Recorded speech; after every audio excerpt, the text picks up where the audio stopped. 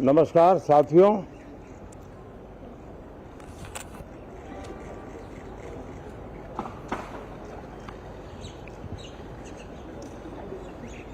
शीतकालीन सत्र है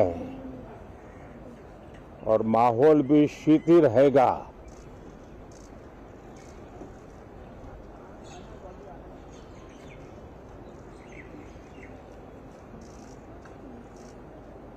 दो 2024 का ये अंतिम कालखंड चल रहा है।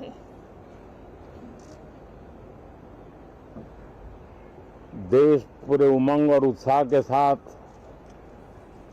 2025 के स्वागत की तैयारी में भी लगा हुआ है। साथियों, संसद का ये सत्र अनेक प्रकार से विशेष है और सबसे बड़ी बात है, हमारे संविधान के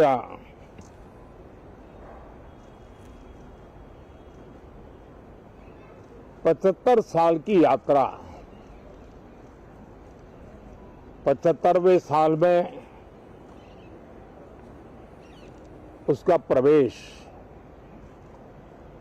ये अपने आप में लोकतंत्र के लिए एक बहुत ही उज्जवल अवसर है। और कल संविधान सदन में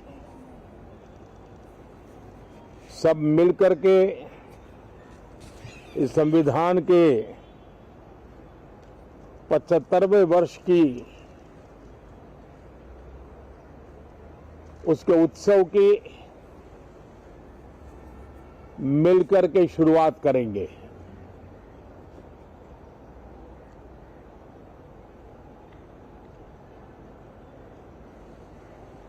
संविधान निर्माताओं ने संविधान निर्माण करते समय एक एक बिंदु पर बहुत विस्तार से बहस की है और तब जाकर के ऐसा उत्तम दस्तावेज हमें प्राप्त हुआ है। और उसकी एक महत्वपूर्ण इकाई है हमारी संसद। हमारे सांसद भी और हमारी संसद भी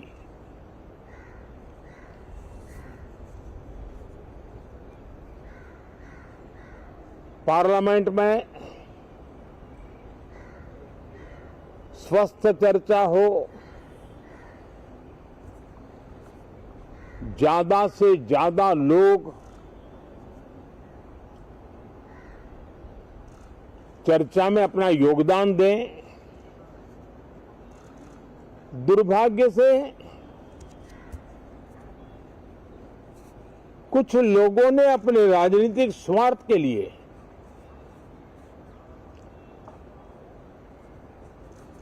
जिनको जनता ने अस्वीकार किया है,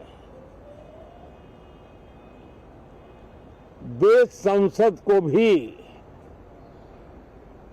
मुट्ठी भर लोगों के हुड़दंगबाजी से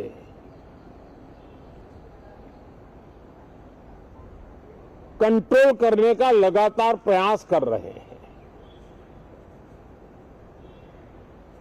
उनका अपना मकसद तो संसद की गतिविधि को रोकने से ज्यादा सफल नहीं होता है और देश की जनता उनके सारे व्यवहारों को काउंट करती है और जब समय आता है तो सजा भी देती है। लेकिन सबसे ज्यादा पीड़ा की बात यह है कि जो नए सांसद होते हैं, नए विचार, नई ऊर्जा लेकर के आते हैं और ये किसी एक दल में नहीं, सभी दल में आते हैं। उनके अधिकारों को कुछ लोग दबोच देते हैं। सदन में बोलने का उनको अवसर तक नहीं मिलता है। लोकतांत्रिक परंपरा में हर पीढ़ी का काम है आने वाली पीढ़ियों को तैयार करे, लेकिन 80-80, 90-90 बार जनता ने जिनको लगातार नकार दिया है, वे न संसद में चर्चा होने देते हैं, न लोकतंत्र की भावना का सम्मान करते हैं, न ही वह लोगों की आकांक्षाओं का कोई महत्व समझते हैं, उनका उसके प्रति कोई दायित्व है वो कोई समझ पाते हैं। और उसका परिणाम है वो जनता की उम्मीदों पर कभी भी खरे नहीं उतरते हैं और परिणाम स्वरूप जनता को बार बार उनको रिजेक्ट करना पड़ रहा है। साथियों, ये सदन लोकतंत्र की 2024 के पार्लियामेंट के चुनाव के बाद देश की जनता को अपने अपने राज्यों में कुछ स्थानों पर अपनी भावना, अपने विचार, अपनी अपेक्षाएं प्रकट करने का अवसर मिला है। उसमें भी 2024 के लोकसभा के चुनाव के नतीजों को और अधिक ताकत दी गई है राज्यों के द्वारा और अधिक बल प्रदान किया गया है और अधिक समर्थन का व्याप बढ़ा है। और लोकतंत्र की यह शर्त है कि हम जनता जनार्दन की भावनाओं का आदर करें, उनकी आशा अपेक्षाओं पर खरा उतरने के लिए दिन रात मेहनत करें। मैं बार बार खास करके विपक्ष के साथियों से आग्रह करता रहा हूं और कुछ विपक्ष बहुत जिम्मेदारी से व्यवहार करते भी हैं। उनकी भी इच्छा रहती है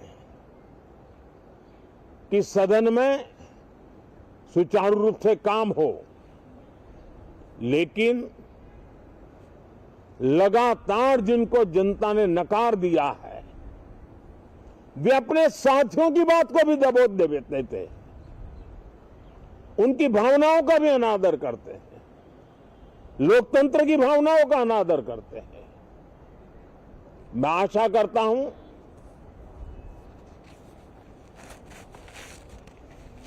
कि हमारे नए साथियों को अवसर मिले। सभी दल में नए साथी हैं,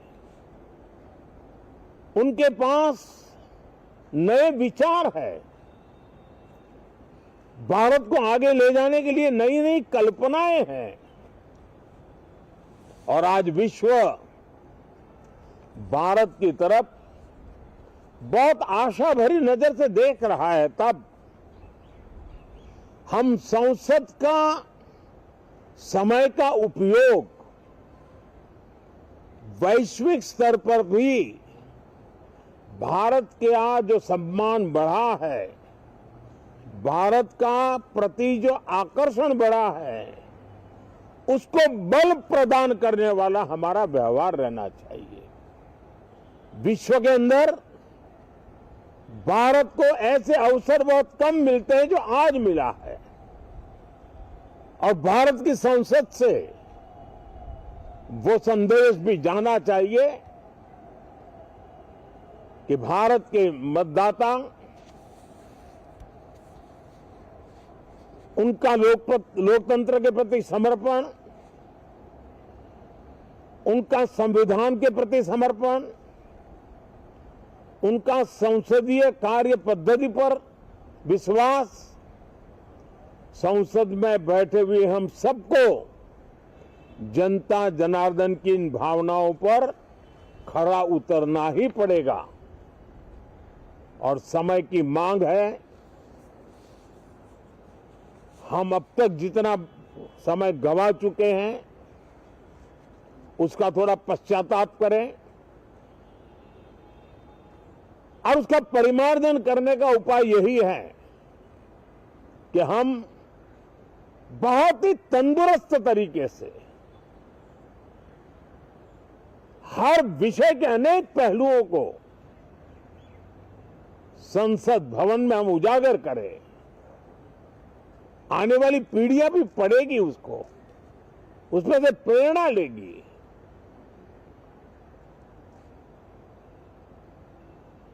मैं आशा करता हूं कि ये सत्र बहुत ही परिणामकारी हो, संविधान के 75वें वर्ष की शान को बढ़ाने वाला हो, भारत की वैश्विक गरिमा को बल देने वाला हो, नए सांसदों को अवसर देने वाला हो, नए विचारों का स्वागत करने वाला हो।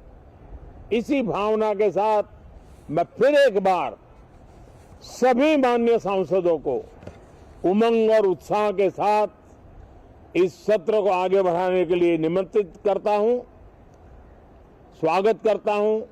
आप सब साथियों का भी बहुत बहुत धन्यवाद। नमस्कार।